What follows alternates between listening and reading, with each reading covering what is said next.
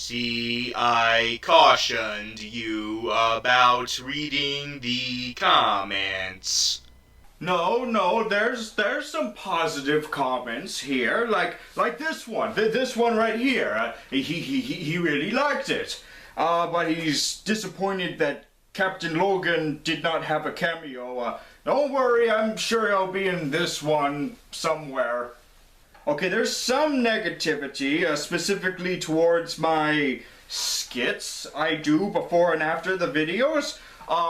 These aren't skits. I'm capturing what happens in my day-to-day life. You know, now that I think of it, there's not really that many negative comments here. It's mostly positive. Okay, that one's really negative. But it's not. But the negativity is not towards me. It's towards Creed, and in a really racist way too. Oh God, this is why they made Zootopia.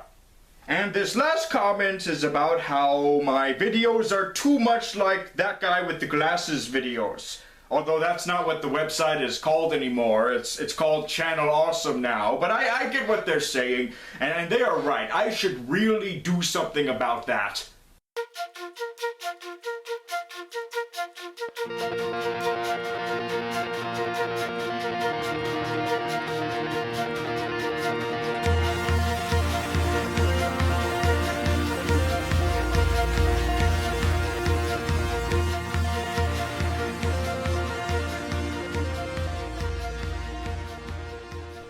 I'm afraid we can't go any further with the operation. The plans have been compromised. Are you referring to the recent announcement? I don't mind Geekvolution turning into a whole network of YouTubers. That's fine. It's like a Fuller House. You don't understand. When you and I post these videos onto Geekvolution, the energy leaves Captain Logan's body and transfers to our bodies. Hello everyone, we are Geeks Not Nerds. I'm Captain Logan. And I'm Dan. Hi Dan, how you doing, man? Today, Dan and I are going to chat about something we've been wanting to talk about for a long time. Dan came up with this topic, and he wants to talk about...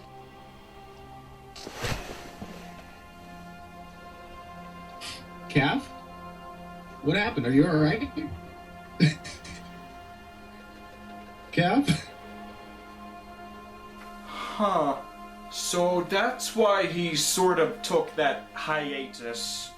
But now the energy will be split half a dozen ways, and we will barely get a trickle of it.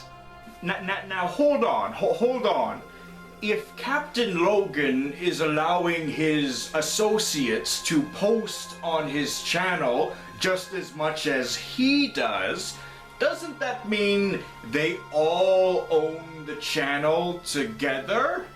Yes. So that would mean when you and I post videos here on their channel, we take the energy from all of them. That's a good point. I think you're beginning to think like me. Really? I didn't mean to. Now that you mentioned it, I can already feel it. The life force of 7 foolish YouTubers flowing through my veins.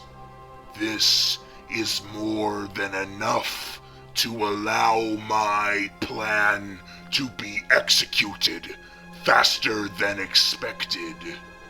You've not exactly been clear on what that is. Let's just say it involves reaching contact. In the meantime, you may proceed with your act. Wait, what about the assignment? I guess you're going to have to choose again, MrGoodBot. I was hoping we could next tackle the villainy of a box office breaking franchise known for its swashbuckling trinity, its comedic duo, its fascinating creatures, its high-scale battle sequences, and its dramatic cliffhangers. Pirates of the... Stop doing that! You could say that Pirates of the Caribbean was my Star Wars. Sure, it never made as big of a cultural impact, but there was a span of time when everyone was talking about it, and it will still be remembered as once a phenomena, even if the craze has long been dead. It managed to prove how the pirate genre could still be used in new exciting ways, without bending it too far. This thrilled me especially since the pirate is one of the most iconic villain archetypes. And before you ask, no, that's not why I wear the eye patch. I wear this because I can. However, a common criticism of this particular franchise is that the quality declines with each installment. But is that also the case for the villains?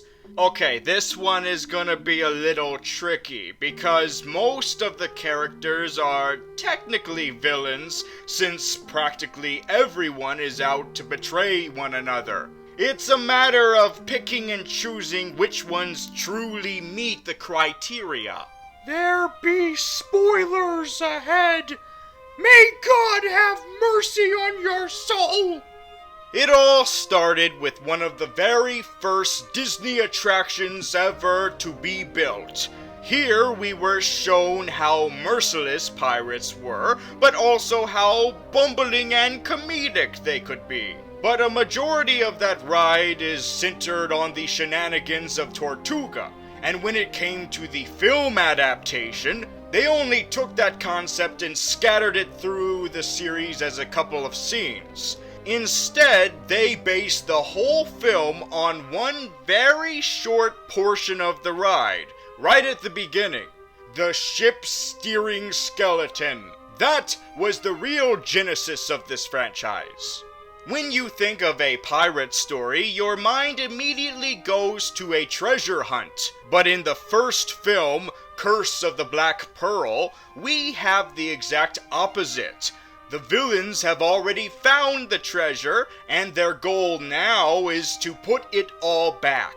According to legend, after Hernán Cortés wiped out the Aztecs gods cursed all the blood money Cortés received. When the crew of the titular Black Pearl ship uncovers the cursed money, they gained immortality, but are essentially dead inside. The ultimate irony, they've lost their abilities to feel, taste, and smell. And when the moonlight shines on them, it shows them what they really are now, rotting corpses. Despite being a large crew, each skeletal pirate has their own distinctions, not just in the level of decomposition. This one has a recurring rivalry with Will Turner.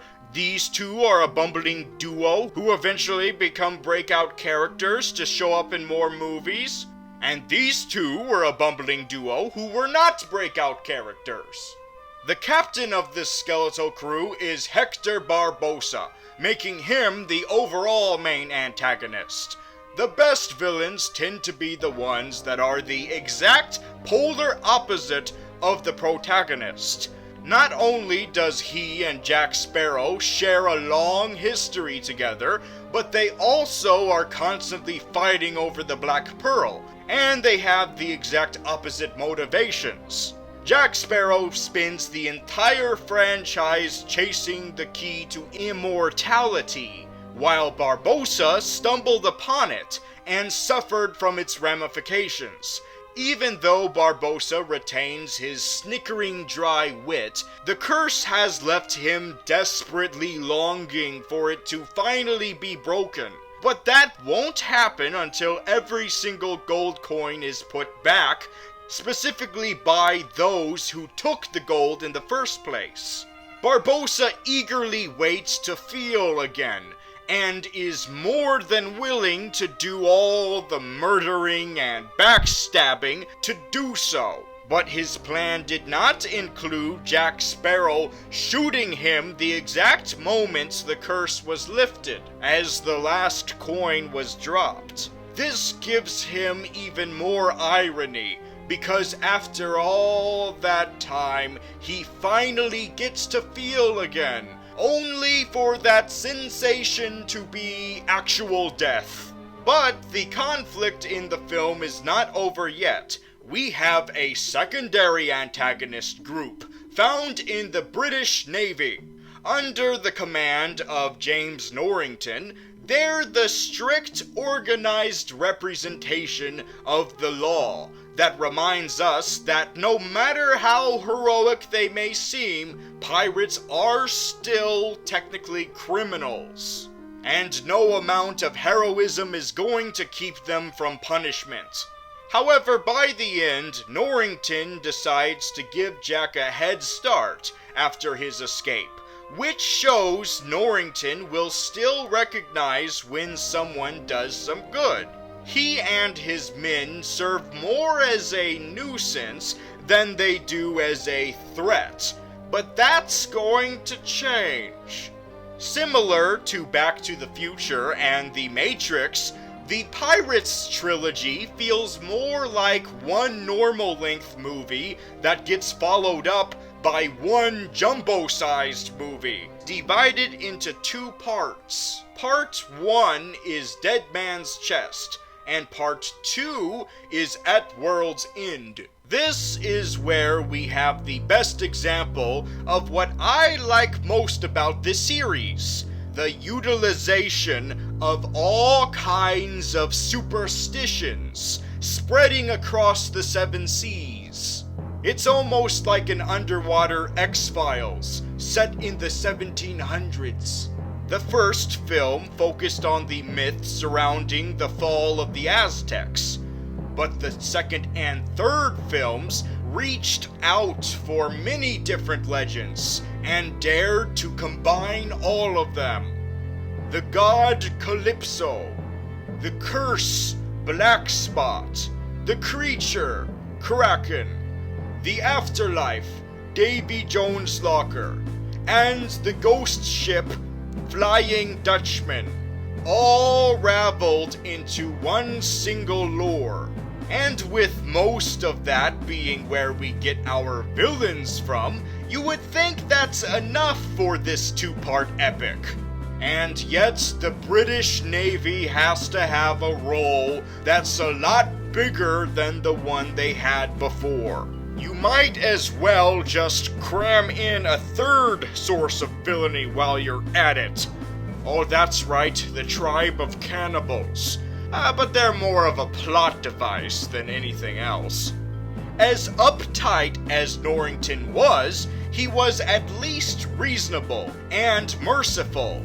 But his replacement was the irredeemable mastermind, Cutler Beckett. He is the head of the East India Trading Company, a worldwide organization that has every intention to gain complete regulation over the 7 seas. But if Cutler wants full control, that means ridding the world of all pirates.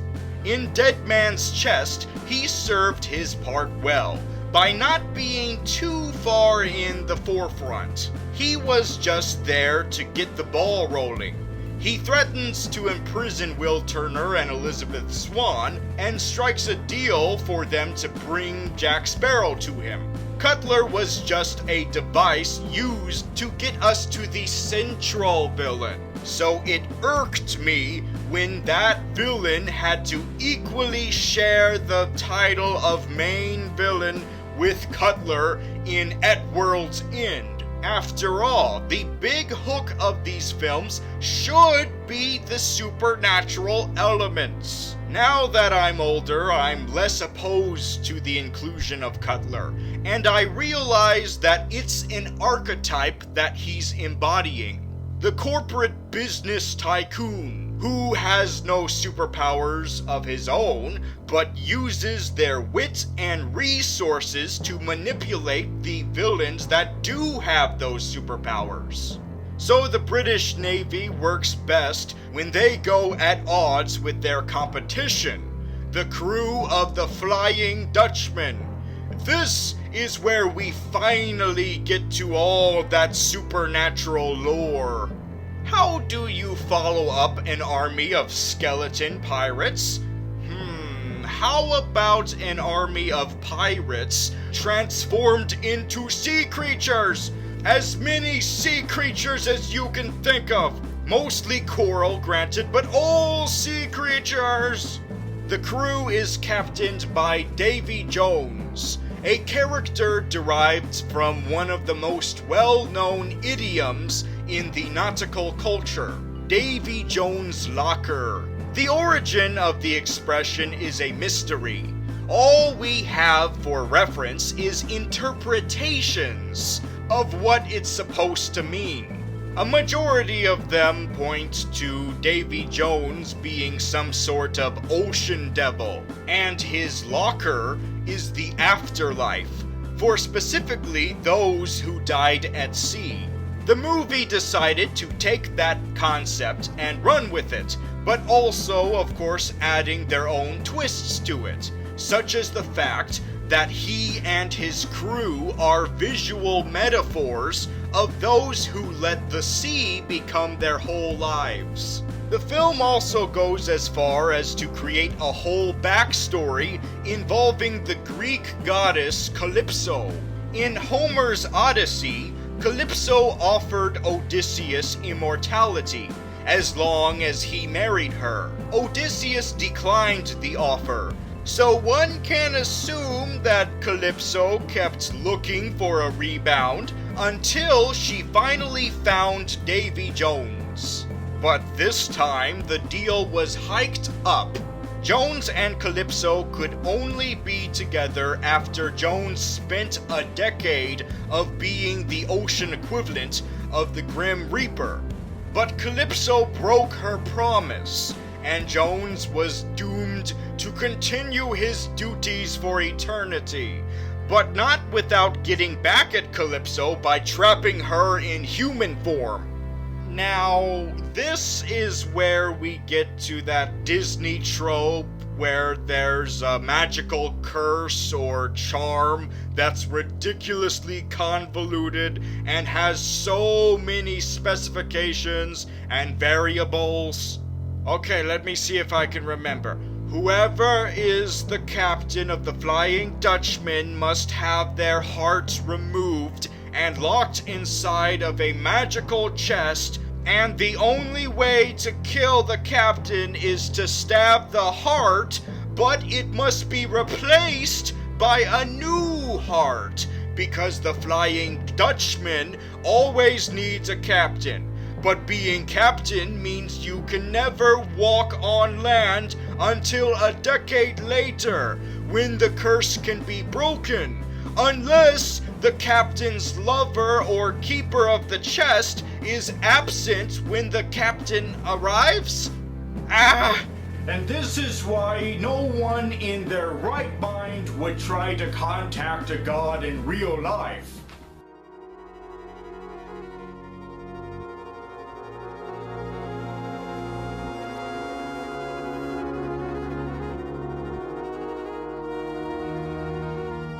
The ritual is almost complete. All is left is the animal sacrifice.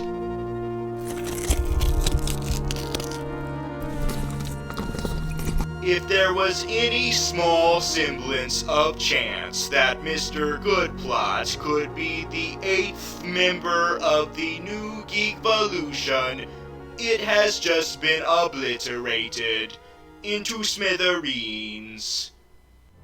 Perhaps Davy Jones is that angsty teen that responded to a breakup way too hard. He decided to neglect his duties of guiding lost souls to the afterlife and instead bartered with people near death to either serve him in his crew or die anyway. But when Will Turner kills Jones and becomes the new captain, the crew is transformed back into humans. Maybe it's because Jones coped with his curse by making it even harder on himself and harder on his crew by turning all of them into a wide variety of sea creatures. Also, by being tricked in the deal, Jones became accustomed to make devious propositions himself, thus fulfilling his role as Devil of the Sea. His deals are what gave Jack the Black Pearl, and so after all that dealing, it gets Jones into another bad deal himself at the hands of Cutler Beckett. This is how far Cutler will go to gaining control over every last drop of the entire ocean, even if it means challenging the likes of supernatural forces. Despite being humans, his army was even able to take down Jones's secret weapon, the majestic Kraken. This is like the third time you've reviewed something with the Kraken in it. But this time it's the actual squid version. Oh, I love cephalopods almost as much as I love armadillos. So after seeing him in action and besting Jack Sparrow, we now have to linger on his lifeless corpse. It's been hundreds of years since the time period these movies take place in, and we still have yet to uncover all of the ocean's mysteries. Maybe Cutler represents man's desire to leave no crevice untouched in the ocean. We keep sending Hollywood directors to the bottom of trenches, and we keep wondering if that mermaid documentary was fact or fiction. People thought that was real? But Cutler also signifies the repercussions of that desire. The Pirate Council, which is made up of several different pirate sectors, all join forces to free Calypso from her human state and join her in a large battle against Cutler. And everyone gives everything they've got to take down this one single man who made one too many deals. Which kind of makes him not so different from our other fallen fiend. Something else that the two villains also shared were reluctant henchmen who were facing moral quandaries as to whether or not they should continue following their master. And appropriately enough, one kills the other. Well, at least for Jones, he gets to bury the hatchet with Calypso in the afterlife. This shows that no matter how much he tried to hide it under all that calamari, he was still that human pirate with a broken heart, and was still willing to mend that heart, even after all the wrong they did to each other. But let's face it, nothing tops the death of Barbossa and how twistedly ironic it was. He wanted so bad to be alive, and as soon as he got his wish, it killed him. But I feel that all of that gets ruined in hindsight when we know he's just going to be resurrected in this two-parter. It packs less of a punch now. But there's some delightful irony in Calypso bringing him back to life just for the sole purpose of rescuing Jack Sparrow from Davy Jones' locker. This must be especially torturous for Barbossa, knowing that Jack was the one who killed him in the first place. And there's plenty more you can do with this character, as proven by the fourth installment of the franchise, on Stranger Tides. Instead of topping themselves, they turned the series into something more along the lines of a classic film serial, where the hero embarks on a standalone adventure for each installment. But this time, there was not as much thinking outside of the box. Sure, Davy Jones and the Flying Dutchman are well known, but nothing before these films had ever explored these concepts to this degree. Stranger Tides, on the other hand, used concepts that have been done a billion times over and explored inside out. Blackbeard, mermaids, and the Fountain of Youth. This goes especially for mermaids, considering we just had a more creative example of human sea creature hybrids in the previous film, so the execution matters now more than ever. Just like your videos. Oh, I guess you read the comments too. Even though carnivorous mermaids are nothing new, the idea of them switching back and forth from soothing angels to animalistic predators is possibly the scariest these creatures have ever been, especially coming from the company that capitalized on the nice type of mermaids. When it came to choosing the central villain, they went with a real-life pirate, which is an interesting idea, except they chose the one that's always chosen. Blackbeard is such a huge staple in the pirate lore that it would be impossible not to use him eventually. But why not tackle him the same way Buffy did with Dracula? Have him be a throwaway villain. We at least found a new type of villain in him. Barbossa and Jones were supernatural villains, and Cutler only used his money and connections. But with Blackbeard, he was a normal human pirate who knew how to use the supernatural without becoming a part of it. But sequels have that tendency to reuse particular themes over and over. There seems to be this urge to make sure every film has a particular type of monster pirate. So they phoned that one in this film with zombie pirates. The only real purpose for the zombies was to visually separate the crew members loyal to Blackbeard from the crew members who sided more with Jack. But his crew is not the only party set to that location. There's basically a rat race between 3 different armies, and the finish line is the Fountain of Youth. Can you guess what one of those other armies are? Yes, the British Navy. Every time they manage to squeeze themselves into the story. Every time.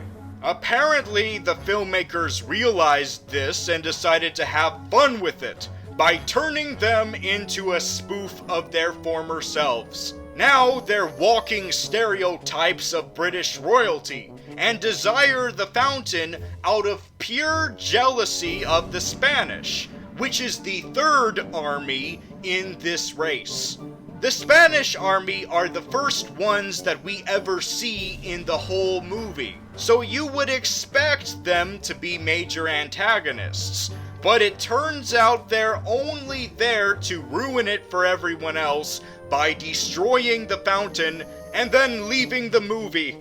Blackbeard is killed by the fountain after being duped by Jack.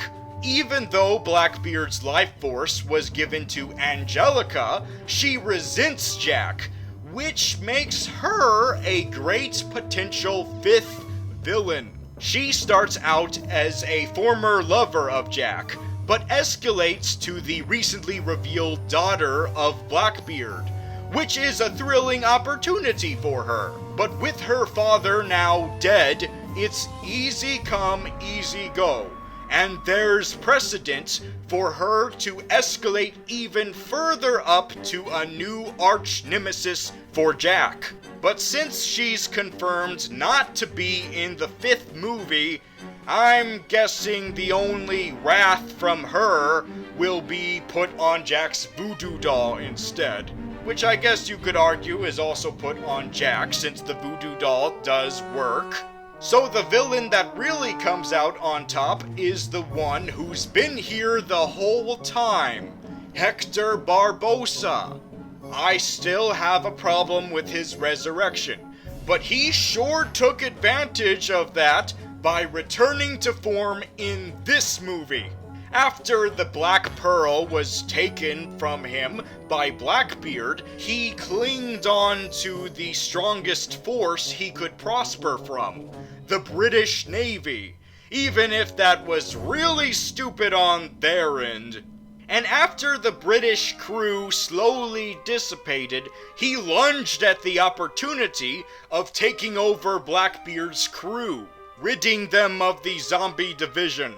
He may not have the Black Pearl, but he now has a ship just as legendary, the Queen Anne's Revenge. While Barbossa may no longer be a major threat, he has cemented his role as permanent frenemy of Jack. Coming back from death has pushed Barbossa to live out his life the way he wants to, while Jack continues his everlasting quest to find immortality, and his temporary death only increased his desire for it. Whether it be through the coins of Cortez, or the role of Flying Dutchman's captain, or the Fountain of Youth, or even the Trident of Poseidon. Yes, you heard right. The latter is what will be in the upcoming 5th installment, Dead Man Tell No Tales, in 2017. When I first heard about the 5th movie, I was jokingly thinking about how they might as well go with the Bermuda Triangle now. And then I found out that's exactly what they're doing. Because of this, it means that the obligatory pirate monster of this movie will be of the ghost variety. Possibly even less creative than the zombies. Hopefully after this movie, that means that all the popular myths are out of the way, and they can start reaching towards more obscure ones. If we ever get up to a 6th installment. But I can still appreciate this one as long as they find new ways to execute these popular concepts. The head ghost will be played by Javier Bardem, even though he's been known to be typecasted as the villain with a foreign accent. His techniques for portraying such characters have been credited as one of a kind, so hopefully he'll bring that ingenuity here. And even though it's going to be another pirate from Jack's past, it's keeping true with the consistent theme that runs through all of these films. Even though the movies are centered on Jack, he's the one with the most moral ambiguities. His overall devotion is neither for good or evil, it's just for himself. But what keeps him from being irredeemable is his ability to give up every chance at immortality for the sake of saving someone he cares about. He gave up being a skeleton for Elizabeth. He gave up being captain of the Flying Dutchman for Will Turner. And he gave up the fountain for Angelica. This could be because each villain is an example of what Jack would be like if he was willing to sacrifice his loved ones. He realizes that he is just one bad decision from becoming any one of these four. And now we must declare who is the best of these central villains, and who is at the bottom at number 4. Blackbeard, Cutler Beckett, Davy Jones, Hector Barbossa. Yes.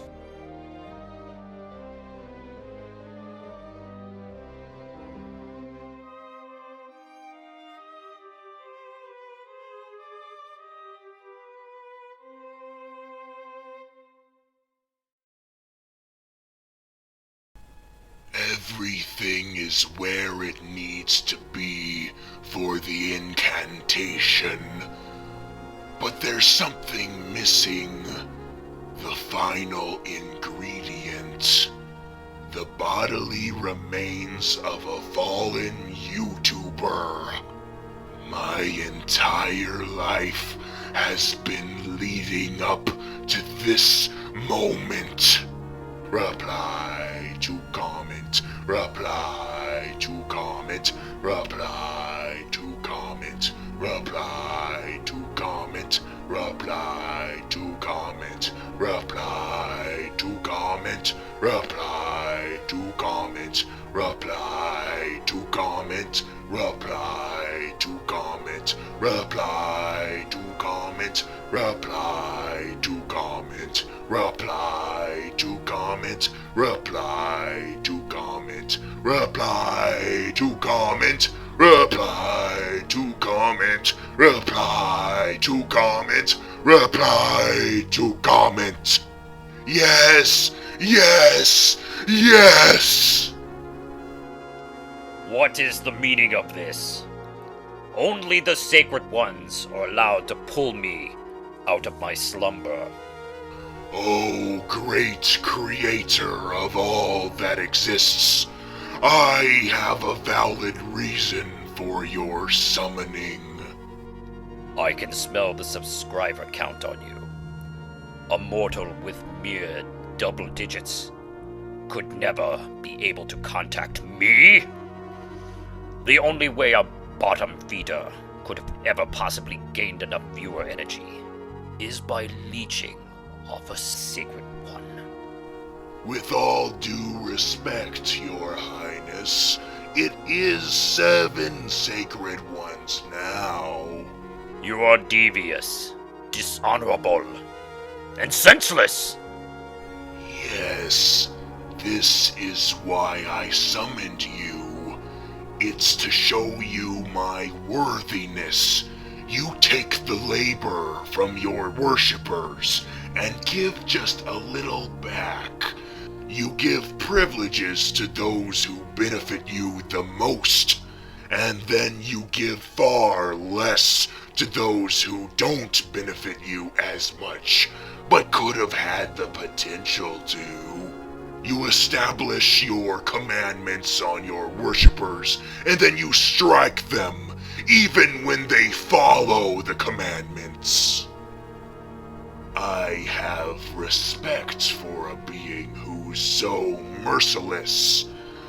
What if I were to become your herald? I would reinforce your rule over these lands. I could even surpass the Fine Brothers. I must decline your offer. I may be stern, but I too suffer the wrath of a higher being. So you're not the almighty god I thought you were. Such a shame. I had so much to offer your reign. Maybe your master could be interested instead. He is listening. I put together a list of your worshippers who fall under a subhuman category called geeks. We are familiar with them.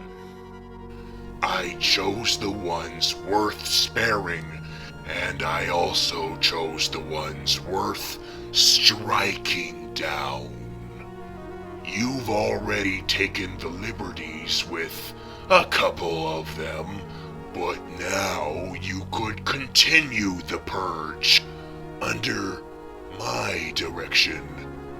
I take it, you would spare the one you have leeched off of. No! Geekvolution is the one who deserves the most to be striked! I've seen you in action. You attempted to take them down time and time before, and somehow they always came back. And what's worse is that now they grow bigger and bigger, like a disease, an infestation. Every empire must fall eventually, so give me that burden to carry. Yes, you have sparked the interest of my master. But no, you will never strike down Geekvolution. What? But why? I see the fates of all my worshippers. Some are more clear than others. I'm afraid that Geekvolution is destined to suffer a fate far worse than death. Destroying Captain Logan's channel would be giving him mercy. What is it then? What is the fate of Geekvolution? Do I even have anything to do with it? Anything? You do not. That is all I can say. Do you wish to still be the herald of my master? Without ever taking down Geekvolution? I just have to quit. Without ever doing the thing that I've been thinking about for the past 3 years. Everything I worked so hard for. All for nothing. My master sees that you need time to sort things out. We shall return from our slumbers. And when we wake up, you'd better make your decision. For my sake and yours. Fare thee well, leech.